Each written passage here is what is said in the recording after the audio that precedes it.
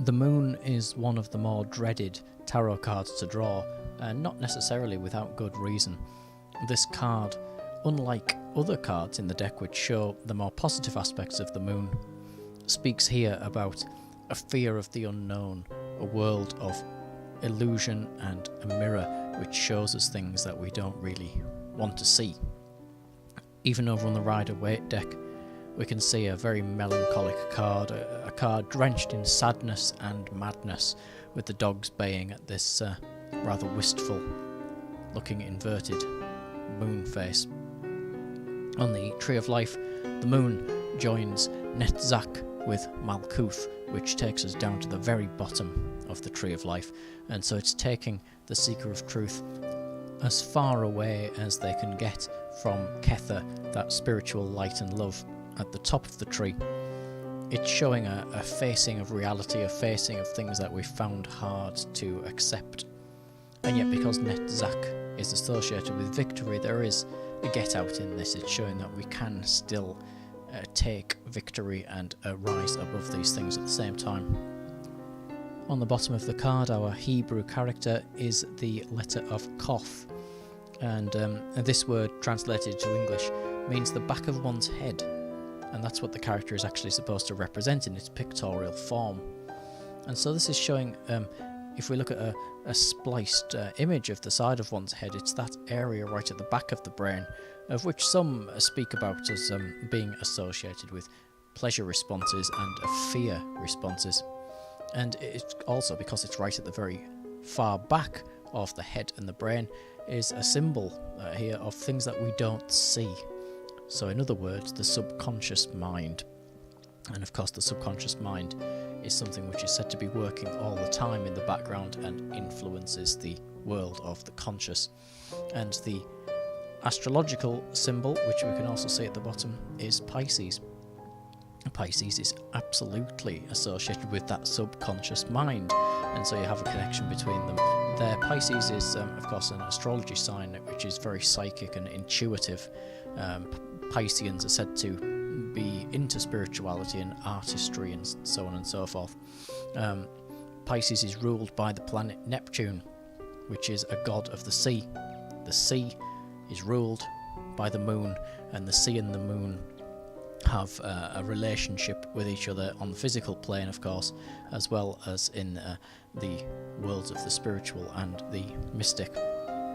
Neptune's qualities in mythology are about visions and dreams and these watery depths and all the myths associated with it, which are in themselves as well qualities of the moon. And in that respect, there can be the positive aspects of the moon, and there can also be the more challenging aspects of the moon as well: obstacles, illusion, deception, and so on. And so when we look at the actual symbols on the card here, let's have a look at the lower half of the card first. And you can see here a beetle in the lower half of the card holding onto a solar disc. This is the Kefra, and this means, if you translate it, he who is coming into being. And so it represents a sun god, of course, in ancient Egyptian mythology. The solar disc here, therefore, is the sun, or in other words, the conscious mind. And the conscious mind is that in this symbology which would descend down into the subconscious mind in order to confront our fears, in order to look at the things that we don't want to see, and to come to terms with them and understand that those things are holding us back and we have to confront them in order to move on. The scarab is one of the most powerful symbols in ancient Egyptian beliefs, and if you're going to study ancient Egyptian cosmology, you're going to come across these images of scarabs, and you're going to see them as symbols of the sun, as well as potent symbols of resurrection, transformation, and even of a protective god, such as what we had with the goddess Nuit before. You may see a scarab beetle known as a dung beetle, and this is because it rolled balls of dung along the ground, and this is actually what it would use to eat. This is its food. However, this has given way to an entire belief that the god Kefra, the god that this is based on, rolls the sun across the sky. And it's a type of microcosm, a macrocosm thing, the very small beetle rolling its dung, imposed upon the macrocosm of the god rolling the sun. and therefore it relates to when the sun first rises, or in the ancient Egyptian belief, rising from the underworld, and therefore a resurrection, a new birth of the day, a transformation of the darkness of the night into the new day coming at the dawn. You can also see here some red waves and some blue waves, and they're actually creating huge, great big wave-like patterns all along the bottom of the card. These are symbols of the sea and the influence of the moon upon the sea. And yet here we can actually see a difference between the Thoth and the Rider-Waite decks. If we look at the Rider-Waite, the water appears to be relatively still, and we have a crab coming out of it. The crab talking about something coming out of the subconscious mind, so the crab is the subconscious rising from the depths of the seas below it. Where here on the Thoth deck, the water is moving, it's going up and down, and it's multiple waves, suggesting more of a cyclical nature to things.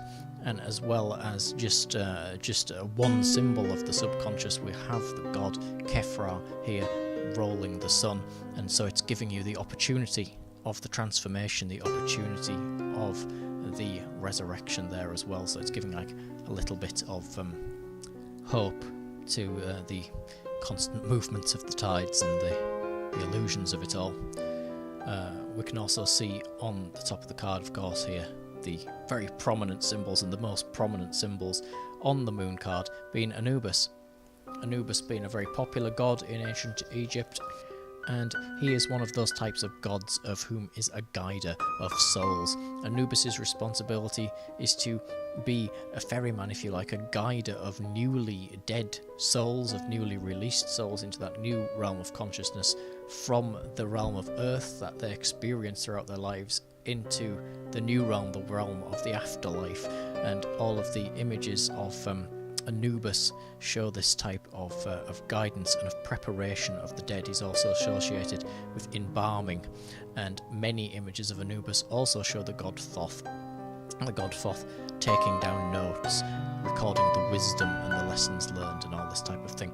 And so on the Thoth card, Anubis here is that guider of the souls in the darkness, in the illusion, as they pass out of the conscious world, life, and into the subconscious world of death or resurrection and so on. And you can see that Anubis is holding the Ankh in his hand. And here the Ankh, as well as that symbol of the continuity of life, is an astrological symbol, because this Ankh is made out of a conglomerate of the symbols of Neptune and the symbols of Venus. And Neptune rules Pisces, the sea and the fish, as we've seen, and Venus is exalted within Pisces, and so that's what that is going at there. The figure, however, on the left-hand side is not Anubis. This is the god of Set, and so here we have I know they look very similar to those of whom don't study hieroglyphs, but Set's characteristics are quite different. He has a narrower nose or snout, he has a relatively longer neck, he has longer and bigger ears, and his Ankh is different, quite importantly. His Ankh is made out of the symbol of Mercury, which is a planet which is an opposite to the detriment of Pisces. And so Mercury here is the physical mind. It's on the left, of course, the left brain, the right brain that we had before. It's the world of rational thinking, scientific thinking, which of course isn't very good to help you understand the subconscious mind, which is more amorphous and more subtle, and therefore difficult to understand with equations and logical thought. Set is a god associated with war in ancient Egypt, and therefore chaos and destruction. He's also a type of trickster.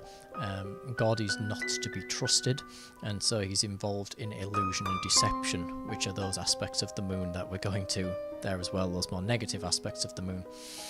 The subconscious mind inside of us is also like that sometimes. Some people describe their subconscious minds as chaos and being full of deception and illusion. People talk about facing their personal demons, for example, where people say, I feel like I'm at war with myself. And so that's really what this is suggesting here. This can be like what comes through in the world of dreams, or more necessarily the world of nightmares, where we are faced with things that we don't want necessarily to be faced with. The wand, which is held by Set and Anubis, They're both holding these wands and facing each other. This is the wand of the phoenix, and it's a symbol of resurrection, of course, the phoenix, but it always only happens after the demons have been conquered, after the illusion has been seen through. You can't have the resurrection of the phoenix without the fire. You can't. It's a cleansing, and yet you have to pass through something in order to be cleansed. You have to understand, essentially, and move on to a different perspective. And these ones are seen again later on in the Thoth deck in the Minor Arcana, and you're going to see them all over the House of the Wands cards, of course. You can see these jackals at the base of Anubis and Set.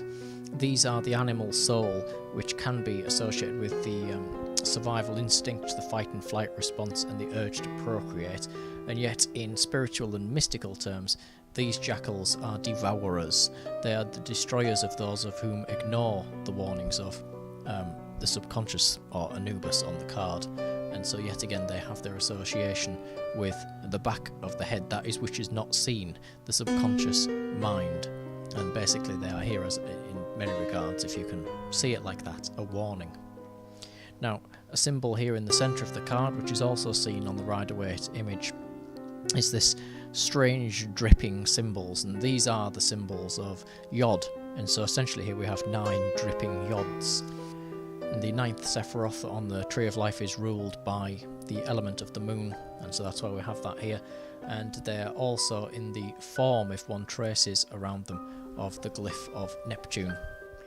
The way in which this symbol is arranged suggests that it represents a potential of life that has not yet been traced around, so has not yet been manifested. And here they actually represent the symbols being inside a womb. And so they are essentially a type of blood inside the womb, so they are a potential of life, which has not been born, which has not been fertilised, and so is in many ways a potential which will not see manifestation. At the top of the card we can see a waning moon, which is in a position of a partial eclipse, and so the blue part underneath here is symbolic of the earth. Now, of particular interest here, there is a symbol in red which is actually coming through this symbol, and this is another Hebrew character. It's the character of Kaf. And we've actually seen this character before on the series and on the Thoth deck. In fact, it was the Hebrew character which showed up on the Wheel of Fortune card and had its association with Jupiter. And so here we have a symbol which seems almost out of place. It's about good fortune. It's about being optimistic. It's a card of wisdom and of travelling on the road and going all for manifestation. And so why is this here? Well, the letter Kaf here is upon the sphere eclipsing the moon, and so it is that positive influence. This is the thing that you have to reach for, and the reason that this is over the top of this image means that the energy of the moon has been overcome by you setting upon this path to manifest, setting the wheel in motion back onto the Wheel of Fortune. And so essentially you've gone into that subconscious mind. You've faced those demons, those illusions, those things that you didn't want to see, and you've put those wheels in motion to overcome them. You are over the moon, and you have got on with the manifestation that otherwise would have been here in the womb, unfertilised, unmanifested, and never to see the light of day. And so when you draw the moon, it is a very strange card, and it can be suggesting that something in your life is a deception. Something isn't what it appears to be, or isn't what it's supposed to be, and so it could be asking you to change something fundamentally within your life, or it could be saying the path you're going on isn't right here. You feel unsure about something, you don't know which path to take, which is going back to what we had on the Wheel of Fortune before. You may feel lost and you don't know where to go. More than ever though, this is talking about our shadow, our subconscious, those inner demons, these things inside of that we may not even be fully aware of, and yet we have an instinctive distrust of. It's a type of destructive energy, and yet what's quite interesting with the Thoth deck is that these symbols of the god rolling the sun to represent a rebirth and a new birth, which actually, if you look at the sun, comes up to pierce that womb. So it's saying that these things can be manifested. You can overcome this energy. And the symbol of Kaf, the Wheel of Fortune, being imprinted over the top of the moon, suggesting that these things can be overcome. And so there is a positive aspect to the moon here on the Thoth deck, but it needs you to act, it needs you to be prepared to go into that subconscious mind and to not be afraid of what you find there.